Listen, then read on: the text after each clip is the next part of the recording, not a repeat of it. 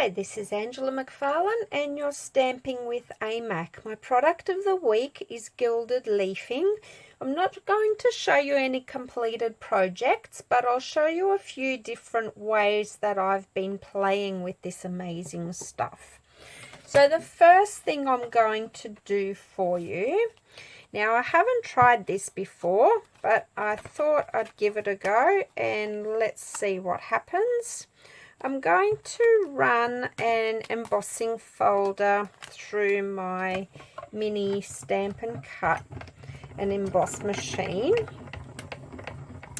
and I'm going to try to put some Versamark on these high bits. We'll just see how that works out, if it does work. I'm not sure if this is going to work. We'll see. Proof will be in the pudding. So then what I'm going to try to do is pop some heat and stick powder over the top of this, and we'll see if it's going to stick at all.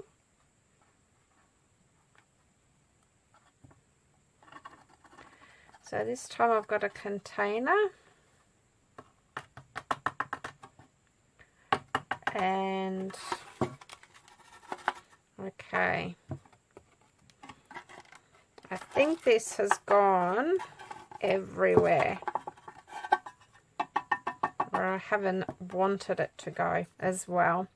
You can see here it's gone all over my card, so I'll just rub some of that away.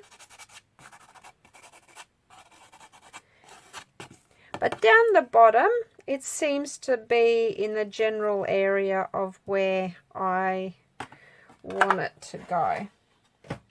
So I just need to heat this up. So bear with me 2 seconds while we warm this up to get it nice and sticky. You can see that's changing colour.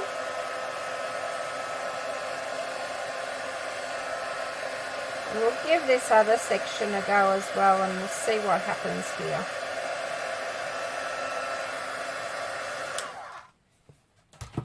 I think there's way more there than I want there to be, but that's okay. We'll see what happens. And then I've got my gilded leaf. It's very staticky, but I will sit it into a container. So it does like to fly everywhere. So this is a little bit messy, but hey, it's crafting, it's fun.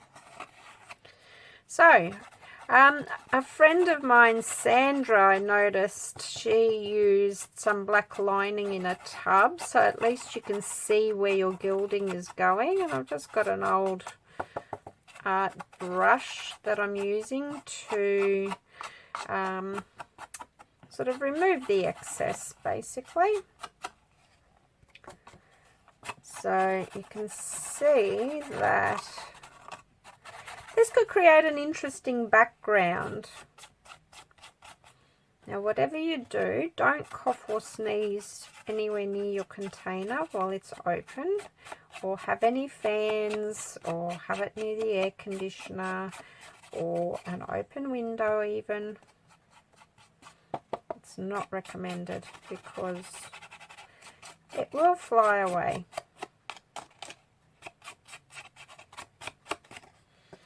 Okay, that didn't come out too bad. It could create an interesting background or section for a card.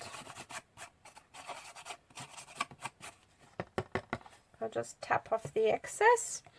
You can see that it has attached itself to the embossed bits that are a little bit raised. And this here, I would probably take a frame lid and cut out a shape out of this and just use it as a little section. But I thought I'd just try that and have a play. Okay, the next thing that I wanted to show you is, I'll leave this open.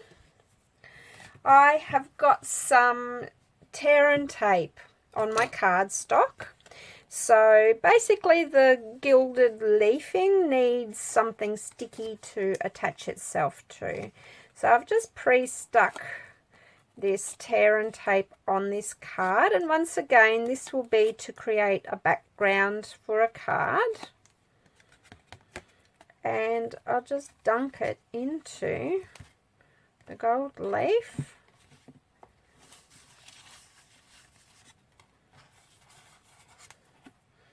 And we'll see what happens.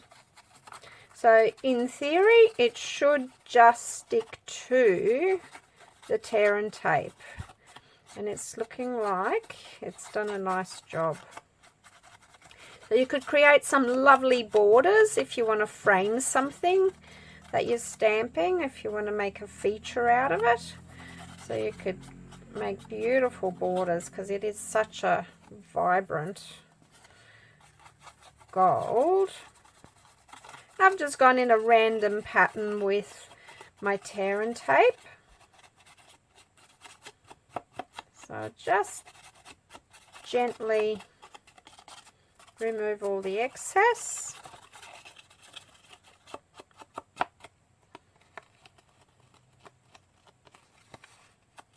And you'll find that a stiff brush is really good to help you do this, and I think I've heard somewhere that someone's used a Stampin' Up sponge as well, so I'll have to give that a go.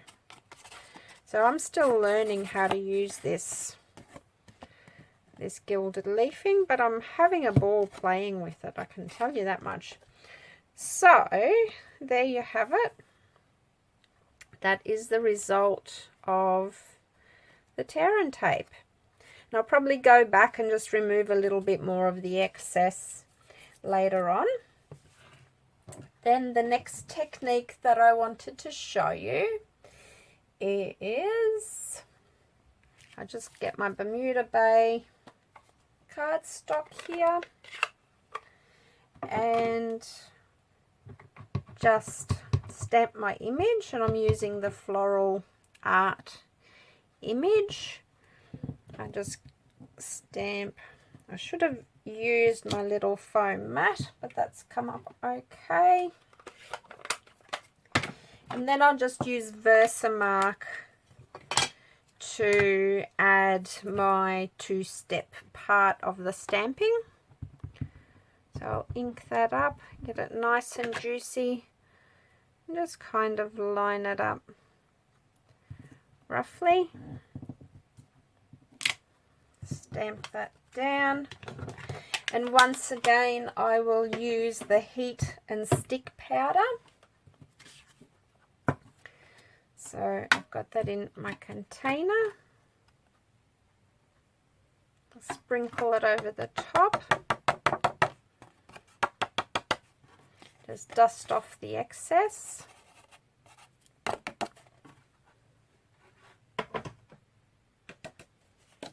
So then I'll just heat that up with my heat gun to get it nice and warm.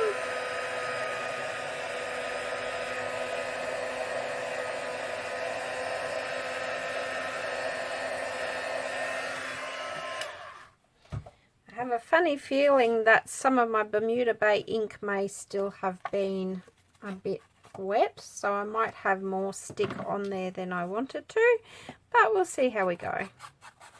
So then once again I just dip my flower or my stamped image with the heat and stick powder into my tub of Gilded Leafing.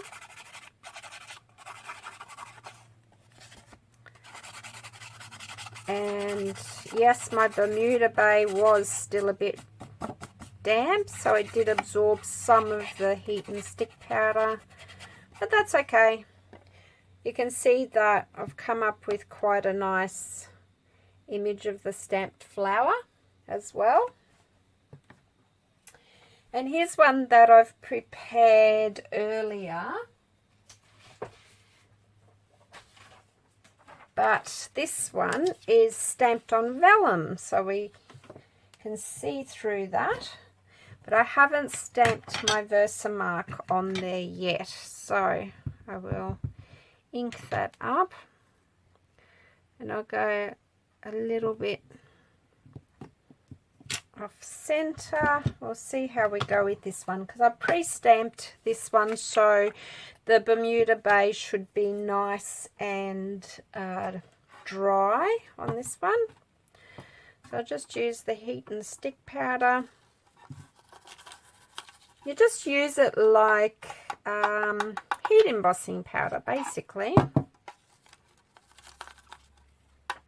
So it sticks to the Versamark. I just get rid of my excess. Make sure your heat gun is nowhere near your gold leaf or your heat and stick powder.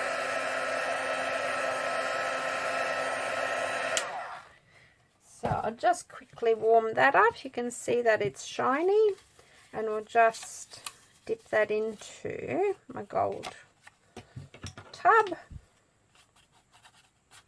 So I hope this is giving you a few different ideas of how to use this gilded leafing. I'm sure you can achieve a lot of different looks with it.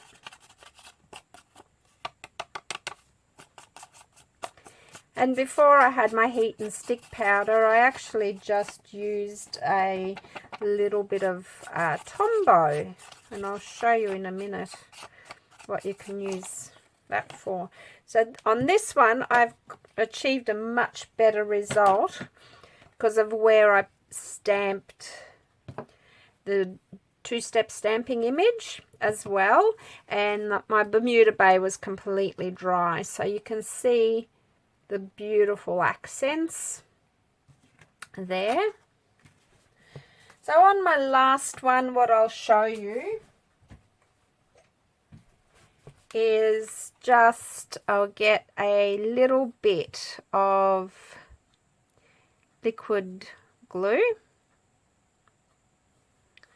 and I won't use the stamp for this one. I'm just popping down a tiny bit of glue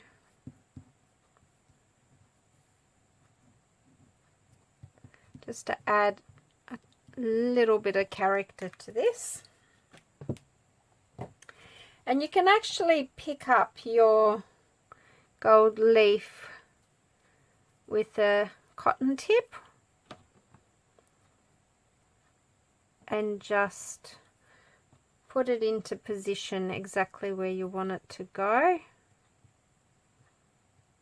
and you can let that dry, and then you can just remove the excess as well.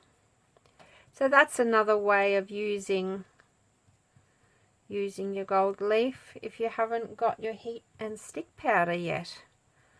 So where there's a will, there's a way. There's lots of different ways of attaching it to your projects, and I find the tear and tape is really quite a nice controlled method as well. But this works really well with your liquid glue. I just pop a few little bits and pieces, and this flower is actually cut out with the dies from the designer series paper, which matches this suite as well. So there we have it. So you can see what a beautiful accent that's left as well, and you can brush off the excess there too if you want. There's not as much there because I popped it on with the cotton tip rather than dunking it into my container. So there you go. That's using the liquid glue. This is two-step stamping with the heat and stick powder on some vellum. This is using the two-step stamping on using the heat and stick powder as well, just on cardstock, but my base layer of the Bermuda Bay the first time I stamped didn't dry properly, so I had more gold stick than I wanted it to. This one was with the tear and tape, and that's a background with the textured embossing folders as well. So there's a few different ways that you can play with this. If you've enjoyed this video, please like it and leave me a comment, and feel free to share. And don't forget to subscribe to my YouTube channel, and then you'll be able to keep up to date with my next video that I post. Thank you again for watching. Happy stamping. Have a great day, and if you would like some gilded leafing, head to my store and get yourself some. Thanks for watching. Bye.